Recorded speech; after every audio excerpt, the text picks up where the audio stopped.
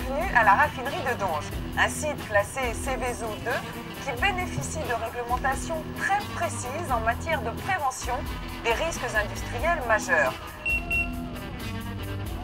Bon allez, les bagues, checklist.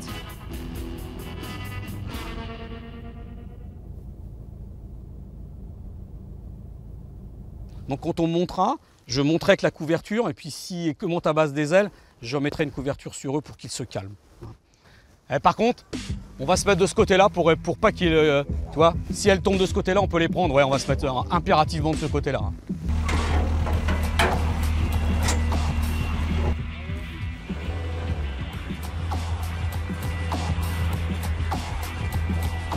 Ah mais je suis trop loin, faut que tu m'approches, faut que je colle au bord. J'ai pas le choix.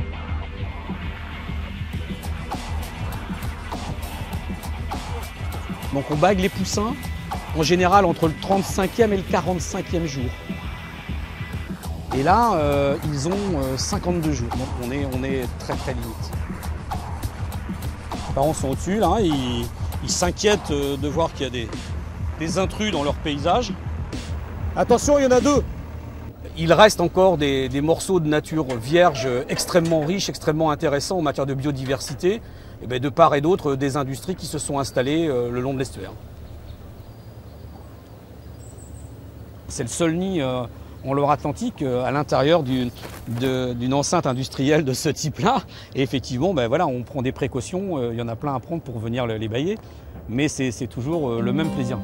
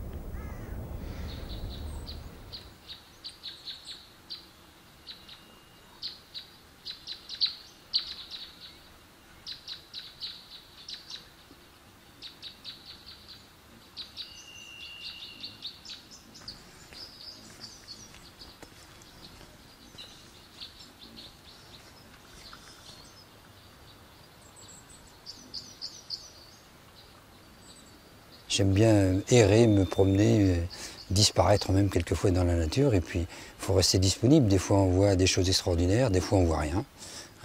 Mais c'est toujours des moments très forts.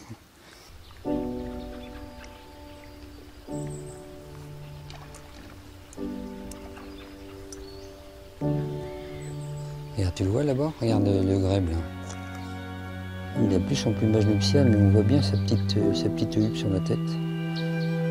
C'est un oiseau sédentaire par ici.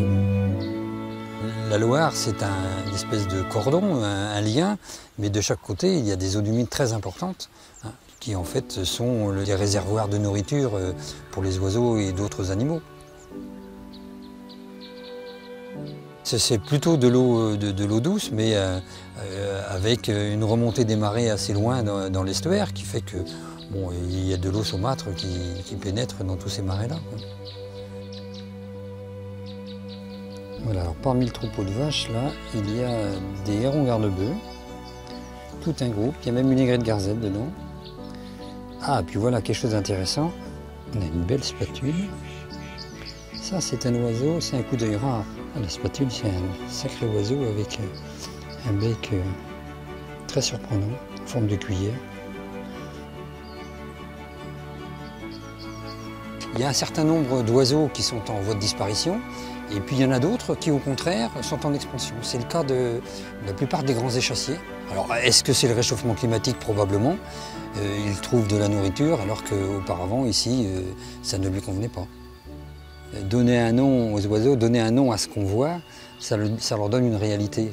Puis ça permet de faire travailler l'imagination, parce que du coup, après, on sait d'où il vient, on sait où il va, on sait son mode de vie.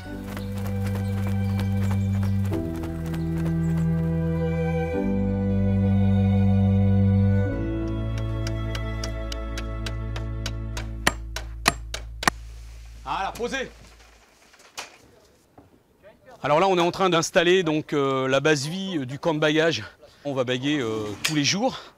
Et donc là, avec les collègues, on est en train d'amener l'ensemble du matériel qui va nous permettre de vivre ici à peu près convenablement pendant 2 mois. Il va au milieu, les gars, à côté du balai. Ouais, posez. Donne-nous un petit coup dans le fond.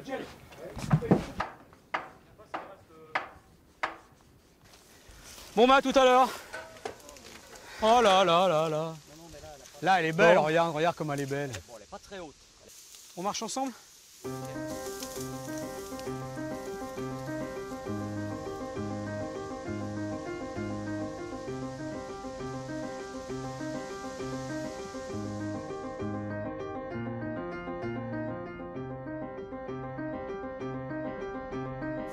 La roselière, c'est donc un milieu extrêmement intéressant et le milieu recherché par les oiseaux sur lesquels on travaille. On est en train de coucher le roseau pour pouvoir installer la travée de filet ensuite. Ah, il est là même. Elle est très bien, elle est toujours là. Le premier filet de Donge 2014.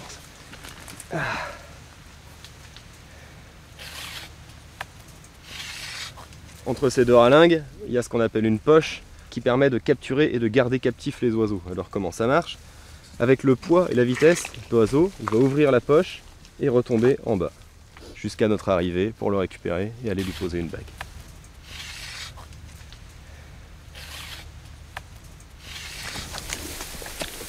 Et voilà, donc on est bien rendu au bout de la roselière, face à la Loire.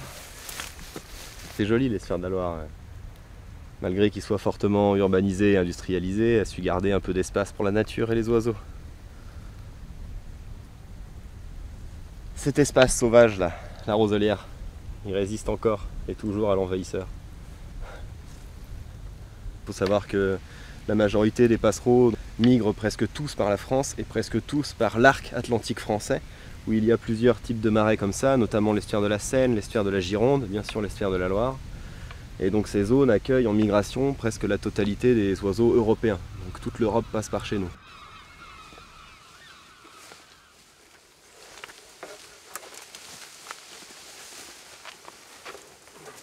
Le bleu avec le bleu, le rose avec le rose. Alors.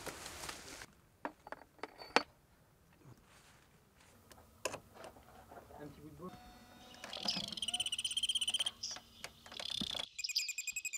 Ça diffuse le chant des oiseaux que l'on veut capturer. Donc l'ensemble des fauvettes paludicoles. Donc on va diffuser le chant en alternance qui va nous permettre donc de les rassembler autour des filets et donc de les capturer. Tu peux couper, Jus? Ça marche nickel, tous!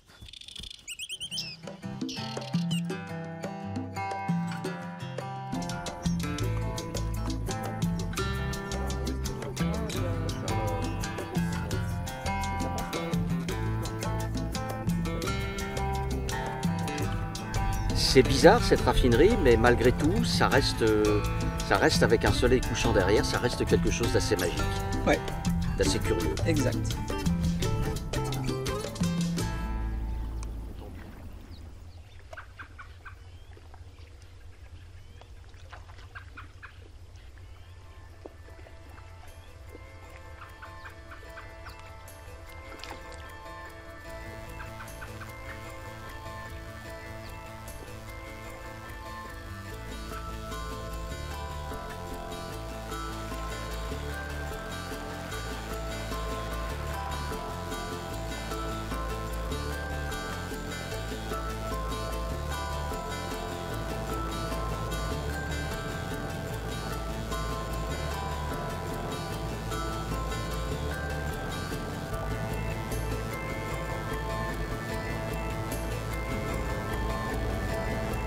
Quand le soleil se lève là sur les maisons de pain-bœuf qui sont toutes les couleurs, ça c'est très joli. Ça rappelle les villages de Groenland. Il y a la Loire qui est toute calme, il n'y a personne.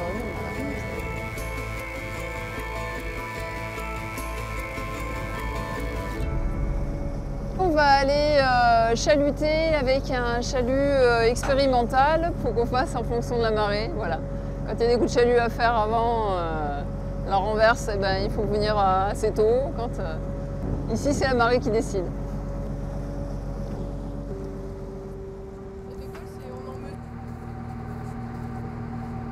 Là où on chalute, hein, ce sont des vasières. Hein. Alors les vasières, c'est ces grandes étendues de vases qui découvrent à marée basse et du coup qui deviennent accessibles aux oiseaux. Quand c'est couvert d'eau, c'est les poissons qui en profitent. Quand c'est découvert, c'est les oiseaux qui en profitent.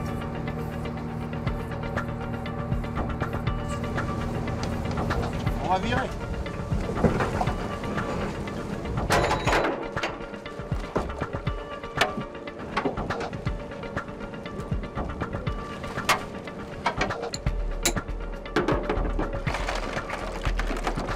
On a perdu énormément de surface de vasière et les quantités de poissons, ça me nuise. Alors on est Brillante, juillet 2014, un bar, 224.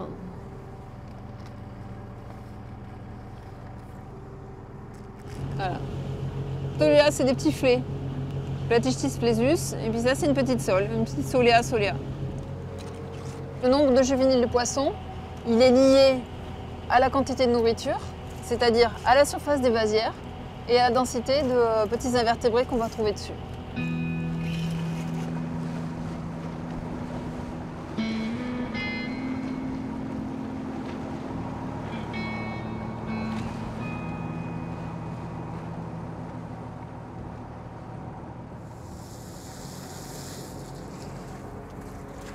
C'est des milieux qui ne sont pas très appréciés, qui ne sont pas très photogéniques, mais qui méritent d'être connus, qui jouent un rôle important. Et, donc c'est important qu'on s'occupe d'eux aussi. Il faut tremper la chemise, il faut mettre les mains dans les gadous.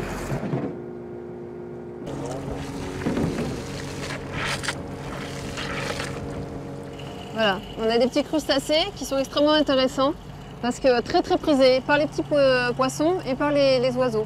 Et vous vous rendez compte tous les organismes qu'il y a dedans? Les essueurs, c'est les plus productifs au monde. Je veux dire, c'est bien plus productif que, je sais pas, un mètre carré de forêt amazonienne, c'est 60 fois moins productif qu'une vasière.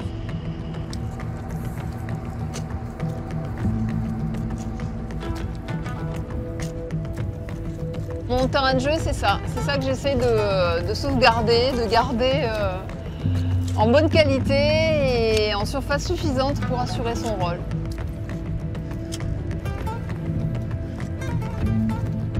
C'est un peu comme les déserts en fait. C'est des milieux exigeants mais qui sont assez fantastiques.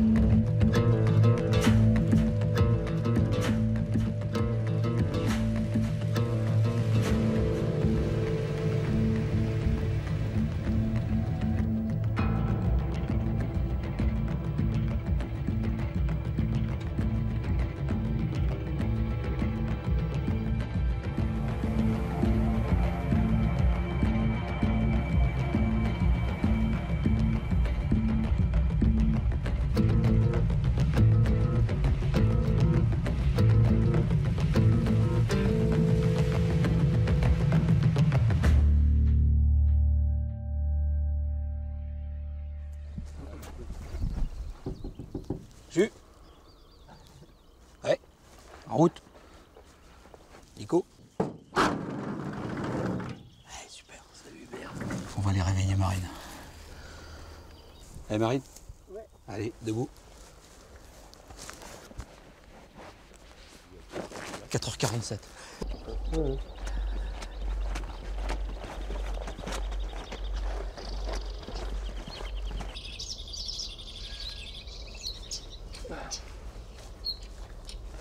Faut juste être opérationnel avant le lever du jour.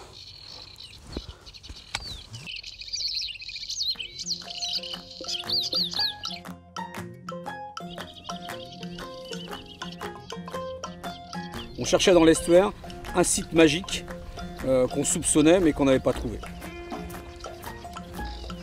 Et en arrivant ici, en mettant nos filets, on s'est dit, hop, voilà, ça doit être ici. Et depuis, depuis 2002, on vient tous les ans. Environ 60 jours par an. Hop, la tête, voilà. Alors, c'est un oiseau qui va fréquenter l'estuaire de la Loire en migration pour se nourrir. hein, faire le plein d'énergie avant de continuer leur voyage. Donc voilà une panure à moustache, un magnifique mâle. Une petite rareté à Donge. Et il y a une densité d'oiseaux incroyable. Là vraiment sur ce site-là, la roselière de Donge, impressionnant parce qu'on peut prendre jusqu'à 500 oiseaux, entre 500 et 700 oiseaux par jour. Et d'un jour à l'autre, c'est pas les mêmes. C'est-à-dire que les 500 qu'on avait la veille sont partis, et c'est 500 autres qui arrivent du nord. Et tous les jours comme ça, il y a un turnover énorme, c'est assez hallucinant à observer, quoi. 64,5. 11,5. Et je suis en C. Hein. Donc certains oiseaux ici peuvent prendre 5-6 grammes de graisse en une dizaine de jours, donc qui va être leur carburant de voyage. Donc là je vais souffler hein, sur ces plumes pour voir la quantité de graisse. On voit que c'est un petit peu jaune, là aussi, mais pas énormément.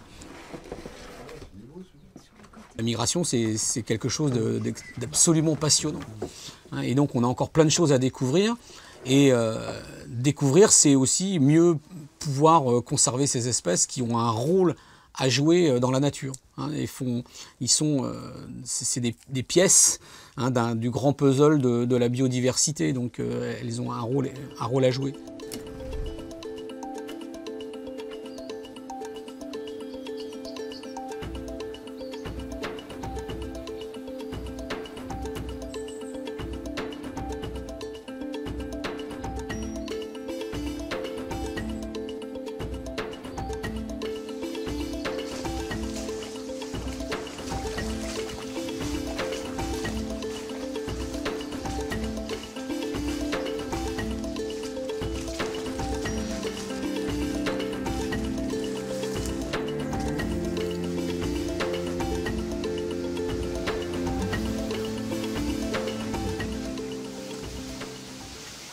Ils sont vachement farouches les ibis.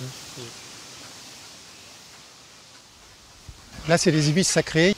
Alors c'est la seule colonie à ma connaissance, mais comme ils sont persécutés, ils se font tirer, y compris dans les colonies.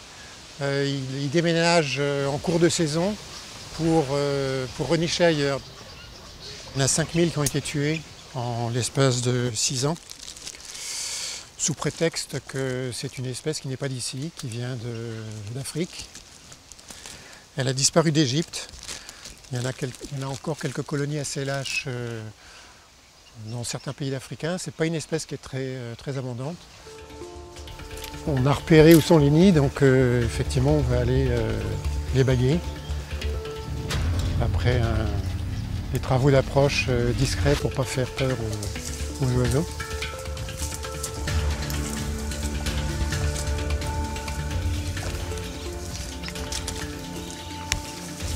Là. Ouais. C'est pas facile, c'est ce qui fait que le lieu est tranquille. Parce que personne ne vient là, c'est assez dangereux en fait, parce qu'on pourrait se noyer, se prendre les pieds dans des racines. Venir tout seul là, c'est assez risqué.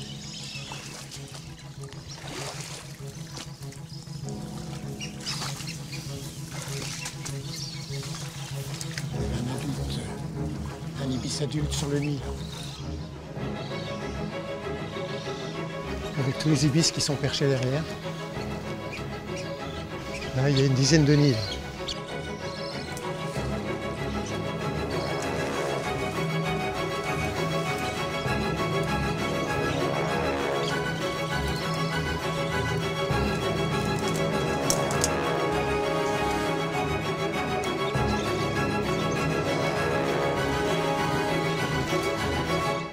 Alors celui-là, il a à peu près 13 jours. J'ai fait une étude de régime alimentaire qui a duré 14 ans et donc suffisamment de recul pour avoir une conviction absolument définitive, disons, sur l'innocuité de cette espèce sur la vie faune de Loire-Atlantique. On la classe comme l'une des 100 espèces invasives les pires d'Europe, ce qui est complètement aberrant.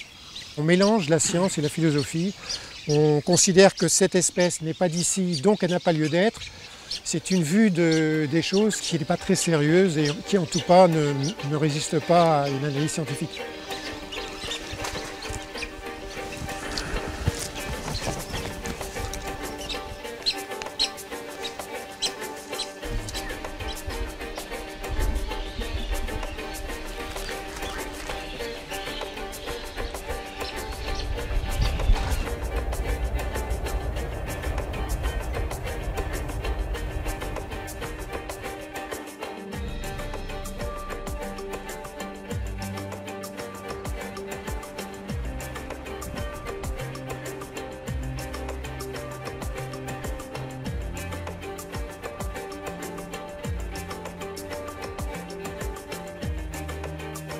Les sur la Loire, c'est aussi un début de voyage.